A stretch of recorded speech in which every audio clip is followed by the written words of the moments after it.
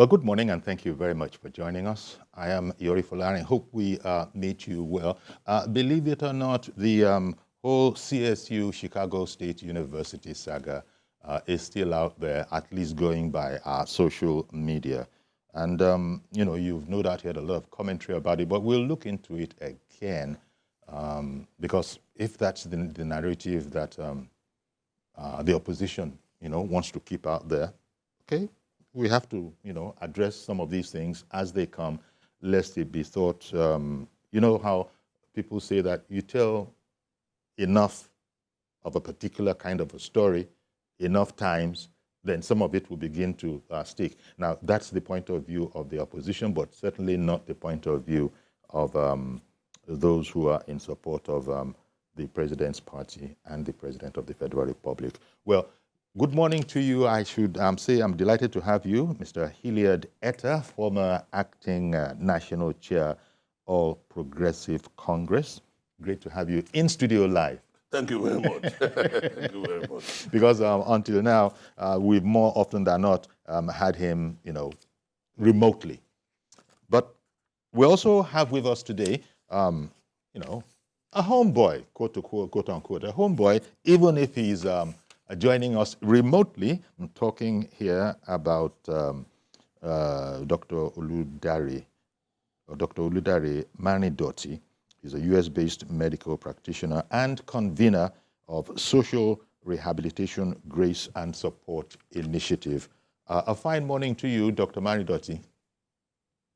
Good morning, Uncle Yori. It's actually quite early here. Yeah, indeed. So we're doubly appreciative because with something anywhere from a 6 hours to 7 hour kind of a difference, I can imagine that this is taking you a bit to, you know, indeed join us at 11 a.m. in Nigeria local time. What time do you have over there? The time right here is 5:03. There you go. Yeah. 5:03 in the morning. Thank you very much for joining us. Now, okay, since we have you, talk to me a bit about your convener of the Social Rehabilitation Grace and Support Initiative. Is that a religious organization or what? No, it's actually a social interventional organization. You see, because I am from a generation where we are opportune to have lived and be a little bit intellectually aware before the social media. And we can also say we grew with the social media. And I thought that a lot of harm has been done to the average mind of people my age and people younger than me. So I'm trying to start something whereby I can actually intervene and change the way people see things. And hopefully that can lead to a better life, better understanding, and a better society. Indeed. So that's the reason why I started the group. Okay, thank you for, you know, clearing that up. Now, staying on the theme, as a relative youth and you being based in the U.S., much has been made about those who are pursuing this case and, well, spokesmen and lawyers for both sides. One of the comments that I have heard is that, well, perhaps lawyers from this side or spokespeople from this side don't quite understand how it works in America. As you know, we're speaking against the backdrop of the allegation, which is yet to be proved and must be proved, that the president, in submitting his documentation to INEC, had engaged in forgery. Now, I've heard one commentary that says the mistake might have emanated from people taking the template that they are used to here and certificates and the value placed on the, you know, diplomas and those papers, and that it's different. Did you want to comment on that whole area? Yes, Uncle Yori, I want to comment on that whole area, and thank you for, you know, starting it that way. First off, maybe because I'm a doctor, I like to give a general analysis of a problem. I think the problem with a lot of people in the opposition and many members of the media, sad to say, I think that problem is, you know, basic understanding of the use of English. You know, they mentioned forgery, whereas Caleb Westberg never mentioned anything called forgery. Now, here is the phrase that they tried to twist and use to confuse Nigerians. They said that the Auntie Angela, the lawyer for Atiku, asked if Chicago State University issued the INEC certificate to President Tinubu in 1979. 1979 is the year. That was the year. Not the INEC certificate. Not the INEC certificate, but Yes. his own, university certificate. Yes, that is so. She described it as INEC certificate in that deposition. So we were talking about the university certificate just for reference purposes, because he showed the guy a photocopy of a photocopy of a photocopy. So, and the guy said, no, we don't issue this certificate in 1979 in that year. Because why? And if the guy had said yes, we would have to go and ask President Tinubu. We would have had to go and ask President Tinubu that, but you said you lost your certificate to General Abacha during your fight for the what's it called, for our democracy. So how come you now have that 1979 certificate to give to INEC in 1999 that was not created until 1998? So the point that he was making was that they don't make that design of certificate in 1979. But if someone whose certificate had been destroyed in the 90s went to reorder a certificate, it will be the design of the 1990 certificate that will be placed there. And one of the documents, the exemplars that CSU released was CSU 06 that had the same design and the same logo and everything and signatories as the one that the president submitted to INEC.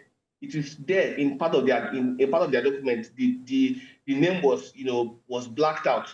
So when they try to confuse people with these things, I think it's just because they don't understand English. And then when they also said that they asked Carl Westberg also that, can you verify that this INEC certificate, quote unquote, was issued by Chicago State University?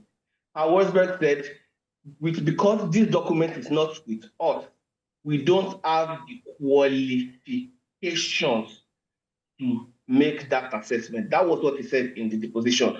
Okunyori, I can tell you that you don't have the qualification to make a diagnosis of diabetes because you are not a medical doctor. Does that mean that person does not have diabetes? No. So that is what the guy said in clear terms. But, if that deposition was a passage in secondary school English exam, that is for comprehension, was a comprehension passage, the Atiku and his minions would have had F. Like the president said during the election, Atiku is F level.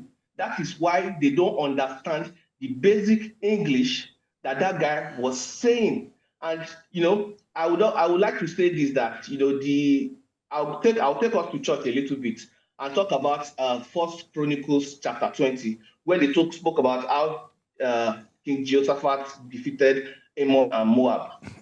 God told him that, don't be afraid of this vast army. The battle is mine, not God. I told them and the king told his children to sing praises to the Lord, for his love endures forever. And on the day of the battle, the enemies were fighting themselves. And by the time King Jehoshaphat with the people of Jerusalem and Judah came out, the enemies had destroyed themselves and they just went home celebrating. That was what happened in this election. President Tinubu's sole route to Aso Rock was through Atiku's ignominy. He is now begging Peter Obi and Kwankwo and so to come and join him. That proverbial campaign after election. Where was this sweet, nice, conciliatory Atiku all through last year and before the election in February? Indeed. His only sole ground to gripe is with his own intellect. I think he should sue himself to court for aggravated obscenity. Okay. Well, thank you very much, Dr. Marinoti. We'll come back to you. This was just general sort of an overview of the matter, but in particular, you addressed the technical problem as it might relate to forgery. Now, Mr. Etta, what do you make of this whole saga? Because it's been spoken about at length all over the society, and there's a lot of confusion going on other TV stations and the social media. Now, you're very high up in your party. You're a former acting national chairman of your party. What do you make of the saga that we have on our hands, where the president, way after the election's been sworn in, continues his work, is now being harried, if you want, by all of this? Well, first of all, thank you for having me in Lagos here. much as I would have loved to entertain the kind of concerns that my younger brother, my younger friend, is entertaining, which presupposes that they do not understand English, I do not think that it is so. You and I know that it has been from one saga to another, all in a bid to stop President Bola Ahmed Tinubu from being president. At first, it was to stop him from being president. It even He has now become went president. back to stopping him from even registering as a candidate of your party. Of the party. So for you to now say it is about the CSU is not imaginative at all. Let me start by saying that for me, it has, I understand it from two perspectives. The first one is external, and the second one is internal. The first one is that the much anticipated African Renaissance has commenced, indeed. If you look throughout the continent of Africa, you will see a resurgence of African nationalism, so to speak, if I can use that word, superintended over by the likes of the president of Ghana, Kudo, the president of Kenya, Ruto, Kagame of Rwanda, and politicians like Julius Malema of South Africa. Now, this is an event that the Western Hemisphere would never want Africa to have. And now, even that we have all of these very distinguished Africans leading the pack, the most feared is if Nigeria was to take the lead. And given the antecedents of the president of Nigeria for today, it is doubly troubling for those who would not want Africa to develop, for Africa to take its place. Now, because this will downscale the living standards in the Western Hemisphere, do not be fooled. This because they will not now have the cheap resources and the raw materials that they have from Africa.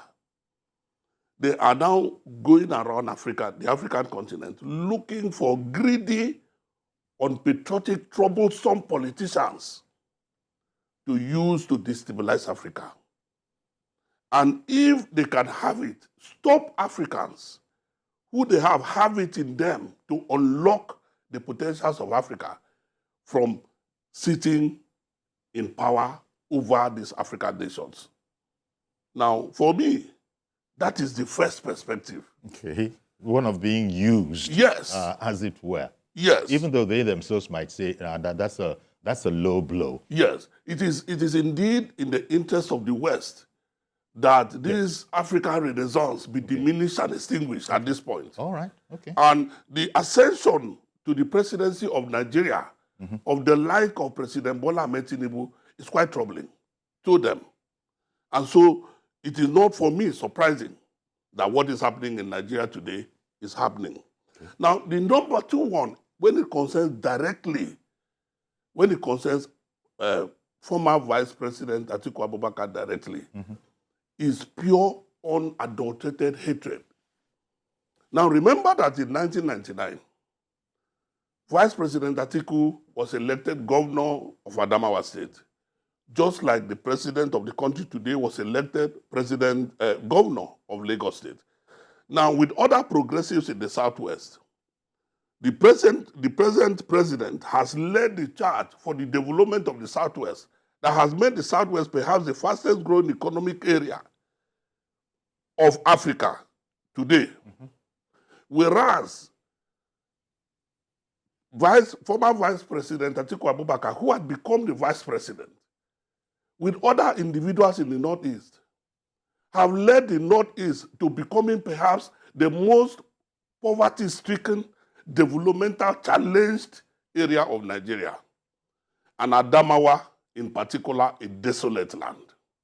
And so, for a man who has bested him in all areas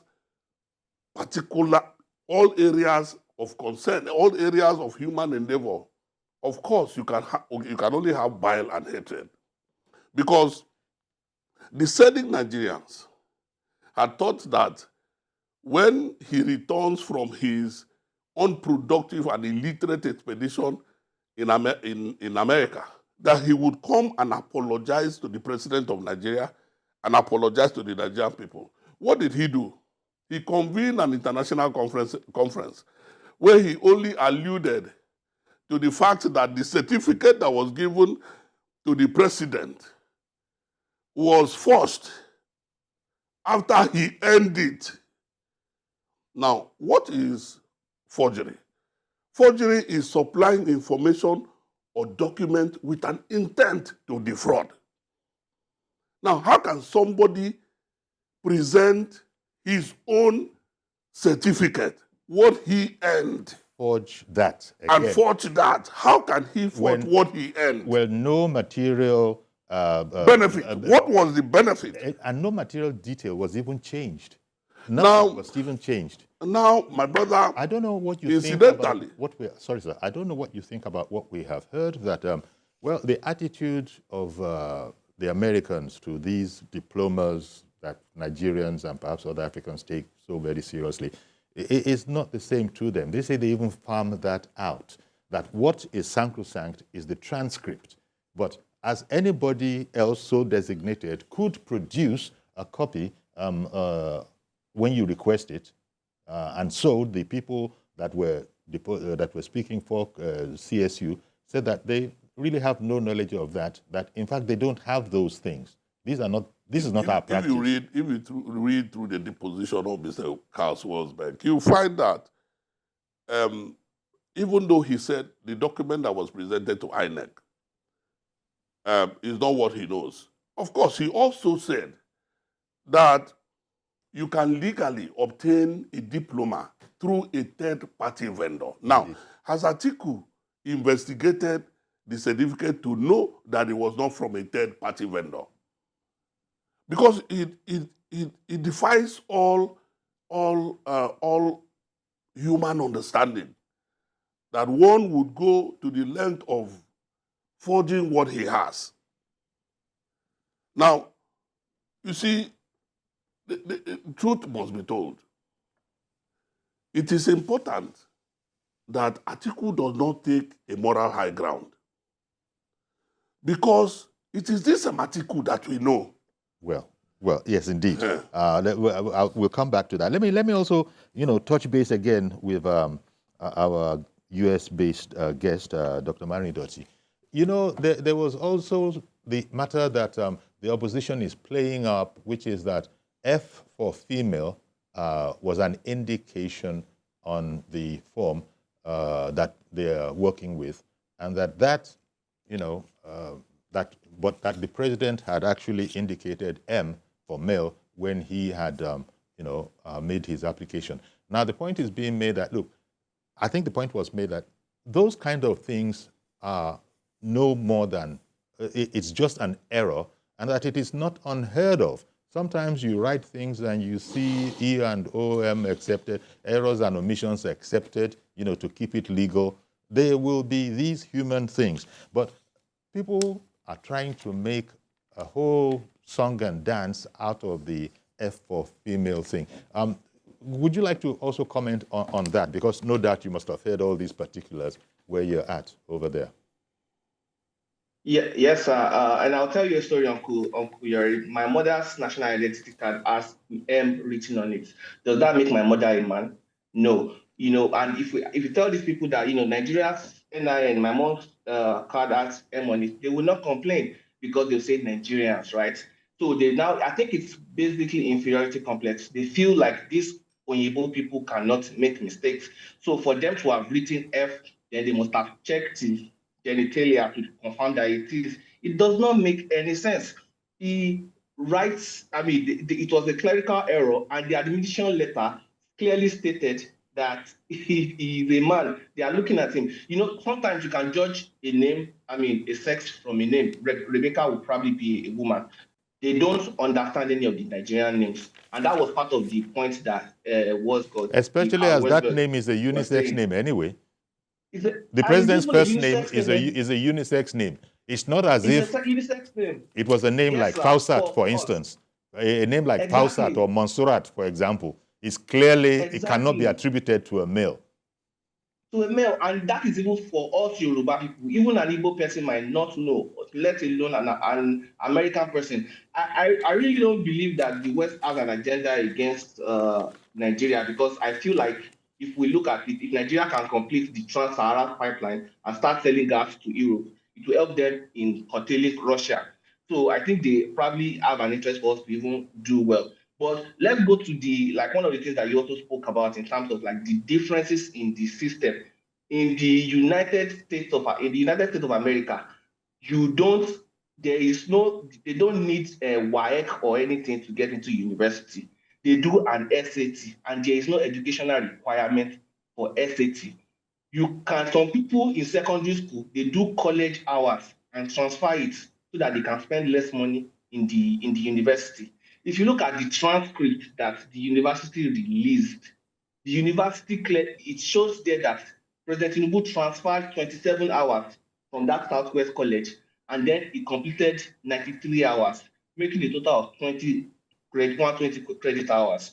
And you can even see that the university uses a quarter semester system. There was rain for those are the things that are very important in the what's it called in the documents. The Carl Wolfsberg that they are using his words. I checked his LinkedIn profile. This guy got into university 2008, graduated 2012 with his degree. If I had not gone to medical school, I would have left university 2008. So how do you want him to verify a document that was created in the 90s? The only way he can do it is if they have the evidence, the copy that was not picked up. And what he was saying was not that he did not verify it. He said, we are not qualified because you are showing him a photocopy. You are not showing him the real one that is with the president himself. So he said, we are not qualified to make this judgment because this document is not in our hands. If I gave you already a check of 1 million naira and you photocopy it and give it to the bank manager, can he verify the features on that check? If he said I can verify the check, you should know that he does not even know what he's saying. Yeah. So, but the opposition are trying to use the fact that, and this is a very critical point, sir, social media, it has impugned the average intelligence in the world in general, which is why I've written a policy paper on how best to control it. Because they are based on the fact that people are so short attention span, and they have so much short attention span, and they don't think. So they put out this smoke there, knowing full well that it was going to confuse them. And that is why they are making this. Okujori, they're asking about name, asking about sex. Okujori, I can also start asking questions. How is Atiku sure? How are we sure Atiku is a man? Has he shown us his genitalia? How are we sure that he is the father of his children? Okay. Did he do a DNA test? Indeed. Let me come back. This would have been invalid questions.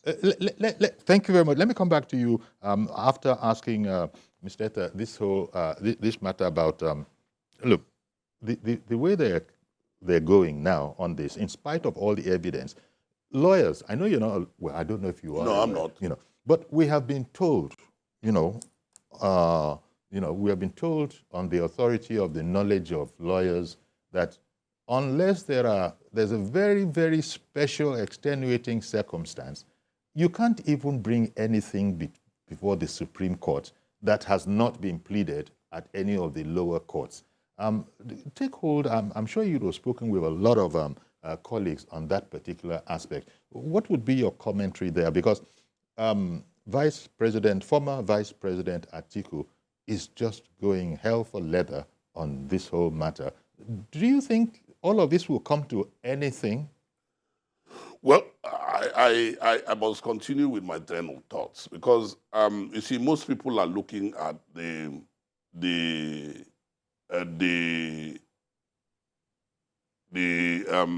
worth of what Atiku is bringing. I am looking at the reason. Okay. the motive. The motive behind that which he is the doing. The reason is not, the motive is not to win any case because there is no case. Atiku is not a lawyer just like I'm not. But Atiku has lawyers. And any lawyer of any note will tell you that there is nothing before the Supreme Court for anybody to have hope on. So it is not about what they have in the Supreme Court. They do know that it is impossible to introduce any new matter, any new evidence, because that is a court of review. Unless under very special circumstances. And there is nothing are there special, any such special there is nothing circumstances? special that they have discovered, and there is nothing special that they can discover. The truth is, they have found a purpose, and God knows that one day we shall come to the reason of that purpose, of stopping this country from moving ahead. You know, you and I have been talking about several issues. Today, they have forgotten about the 25% in Abuja. Yes. They have forgotten about IREF. They have forgotten about, there are so many things that they have forgotten about today. Today is CSU. I know that the moment the Supreme Court puts to bed all of this nonsense, they will raise another thing, another saga. Well, because they have not reconciled because to the fact of a President Bola Ahmed Tinubu is in office. They have not reconciled themselves to it. They are yet to reconcile themselves to the fact that we have a President Bola Ahmed Tinubu. Well, maybe we don't have too much longer to wait, because I think I read somewhere that former Vice President Atiku Abubakar said that he would not let go of this matter until he loses at the Supreme Court. Well, we are here to see whether they will now reconcile themselves to the fact that they were roundly beaten by a man who has become the president of the country today. And they will reconcile themselves to the fact that the president of Nigeria today is Asiwaju Bola Ahmed Tinubu. You see, that is the problem. Because the problem is not whether they have submitted anything to... I have friends, even in their legal team, and one of them that I spoke to yesterday was saying, a lawyer has to eat now. That is the attitude of most of the lawyers that are in their team. There are people on the opposition side to them, which is, the ruling side, who have said that the only people they blame here are their legal counsel. That if the legal counsel is edging them on that, it is doable. Well, not having any knowledge themselves, they're going to have to depend on the learned counsel of the team. They say, okay, if people who have studied this whole matter say it is doable. You see, the lawyers are in partnership with them. But like I said earlier on, the motive is not the court, the case in court. The motive is to stop Asiwaju Bola Ahmed Tinubu from effectively ruling this country. Now, look, I was... By being as distracting as they are. When it was internal, because like I told you in one of those programs, I said the people who would rather not have a President Bola Ahmed Tinubu were not only in our party. They had their people in the party, and they had people outside of the party. Now, you know what he had to pass through to even get the ticket of the party. So many odds. So it is not new to us, some of us who have been particularly close to all of these processes. It's not new to us that they are bringing these things up now. Okay, as this one ends, I am very sure they will find something else to come up. Maybe at that time they will say that our president is indeed a woman. Like they said that Buhari was a Jubril from Sudan. Okay then.